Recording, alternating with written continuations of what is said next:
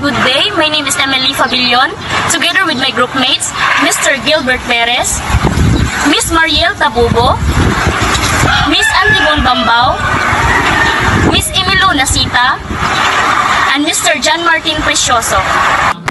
And now, we will discuss about the basic concept of special and inclusive education. I will discuss to you the history of special education. The history of special education begins with the 18th century. Before that time, persons with disability were not taken in consideration and were often mistaken as the possessed by evil powers, cursed, and simply stupid. With the beginning of the 18th century, and also the period known as the Enlightenment, ideas about education started to arise. The Enlightenment period influenced special education in many ways. To start Jean-Jacques Rousseau, learning should happen in agreement with a child's cognitive speed with minimal outer stimuli from society, which is known for praising rules and will. This idea of teaching children in their own pace set the ground for many educators. In the 19th century, special education became more palpable, with efforts from people such as Reverend Thomas Gallaudet and Samuel Howe. In taking action on the matter of special education, Reverend Thomas Gallaudet implemented the first school for the deaf in 1917. The school was called American Isilub. For the education of deaf and dumb, Howe was interested in the education of blind students. In 1829, founded the first school for blind children in the United States, and nowadays is called the Perkins School for Blind.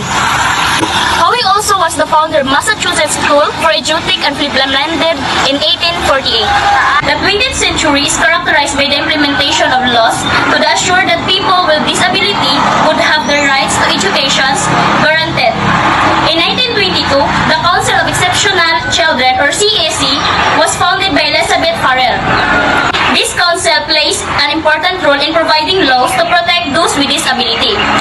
In 1973, the Rehabilitation Act was passed and assured the rights of people with disabilities in respect to a non-discriminated environment in education, employment, and housing. It is thought in 1975 that some of all small acts towards the education of handicap. Children emerged in one laws, Public Law in 142. In 1990, after being revised, Republic Act 142 became known as IDEA, Individual with Disability Education Act, and has been revised again in 1997. Also in 1990, the American with Disability Act was passed, granting that implementation would be made to people with disability in the work environment, as well as in public transportation and telecommunication. Inclusive education the same as special education? In what ways are the two similar or different from each other? According to UNESCO, inclusive education see as a process of addressing and responding to the diversity of needs of all learners through increasing participation in learning, cultures, and communities, and reducing inclusion from education and from within education. The difference between inclusive education and special education. Special education is a system of education that responds to the needs of children with disabilities outside mainstream education, while inclusive education is a system where all special need students as well as the general students get equal benefits, welcoming the diversity of the students and changing accordingly. Example: all All students simply require good instruction, but different teaching strategies may be employed to those with low or very high education. Through these strategies, learners with disabilities and those with academic challenges are provided with materials and meet their learning needs. So I am Mariel Tabogo and I will further discuss our topic about inclusive and special education. So when we say special education, it includes or consists of classes and instruction designed to those students who have disabilities, giftedness, and talents. So special education, it involves implementing, planning, evaluating a specially designed and coordinated set of series through IEP or individualized education plan to identify and address those students who have disabilities, giftedness, and talents.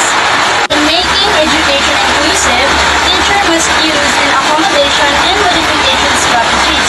So first is the accommodation. So when we say accommodation, it is a change in how the learners with disabilities, giftedness, and talents learn with the same materials or the same expectation to their age peers. So say for example, the students who have a visual impairment.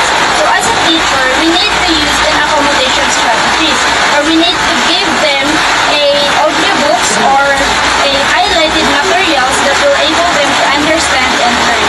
Next is modifications. When we say modification, it is a changes of students' thought. So say for example, students who have an intellectual disability. So as a teacher, we need to use a modification strategies.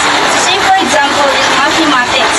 So your assessment is for a 3-digit multiplication. So those students who have as intellectual disabilities, instead of multiplying 3-digit numbers, they need to multiply 1-digit number only. Enable them to understand and learn on that the same topic.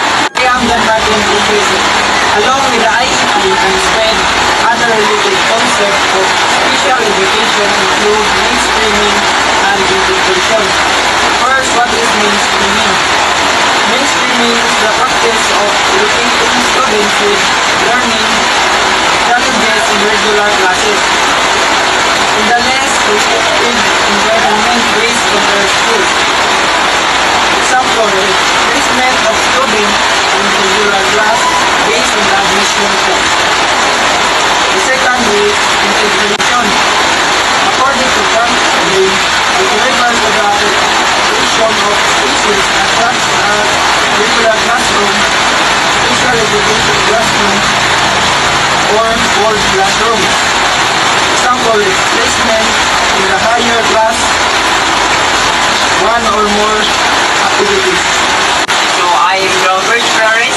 So for the conclusion, as a teacher, how are you going to handle learners with special educational needs in your classroom? So as a teacher, we need to assign the same ones but allows the students with disabilities to work towards the goal in a different way.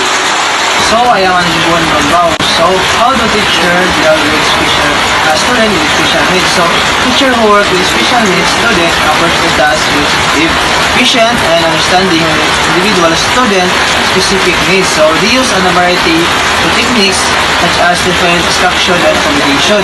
To help this student success in the classroom, teachers also collaborate with other professionals such as psychologists, speech therapists, and parents to develop individualized student plan or IEP.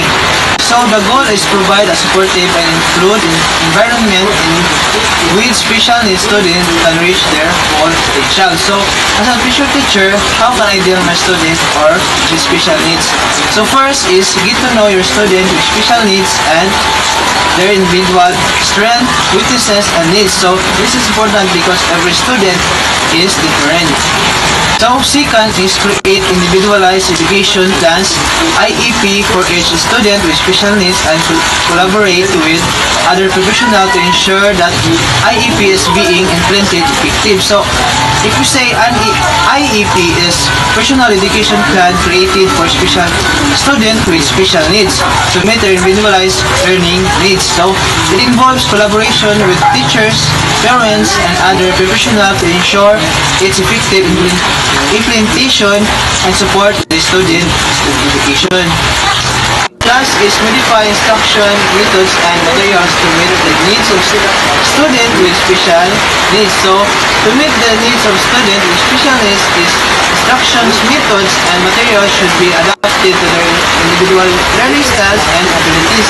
So this is incorporating visual aids, hands-on activities, and alternative assessment. So as providing accommodation such as extra time, frequent breaks, or assistive technology can also help the student with success in the classroom. So the advice that I can give with the teacher or that can deal or handle with special needs is maintain a positive and patient attitude.